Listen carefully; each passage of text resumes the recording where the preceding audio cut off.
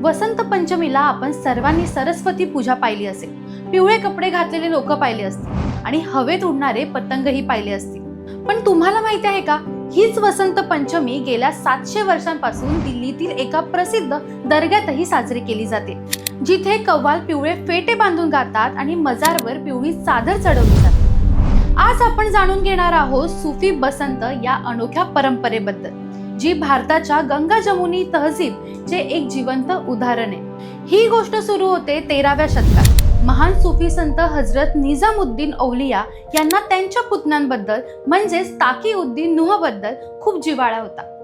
पण न्यूच्या अकाली निधनाने औलिया एवढे दुःखी झाले की त्यांनी स्वतःला जगापासून तोडले।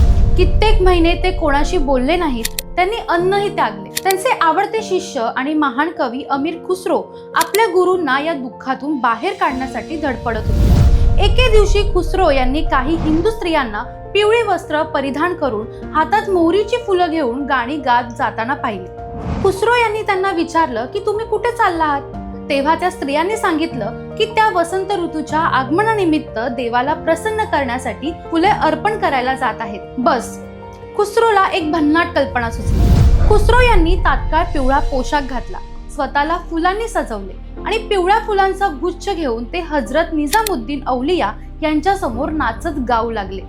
त्यावेळी त्यांनी ही अजरामर रचना गायली आहे, सकल बन फुल रही सरसो। आपल्या शिष्यांची ही निरागस भक्ती आणि वेडेपण पाहून औलियांच्या चेहऱ्यावर कित्येक महिन्यानंतर हास्य उमगले आणि त्या दिवसांपासून दुःखावर आनंदाने मिळवलेला विजय म्हणून वसंत पंचमीच्या दिवशी दर्ग्यात सुफी बसंत साजरा करण्याची परंपरा सुरू झाली, जी आजही 700 वर्षानंतर अखंड सुरू आहे। आजही दिल्लीच्या निजामुद्दीन दर्ग्यात आणि हैदराबादच्या दर्गा शेख जी हालीमध्ये हा उत्सव तितक्याच उत्साहाने साजरा केला जातोय। 2026 मध्ये 23 जानेवारीला ही परंपरा पार पडली।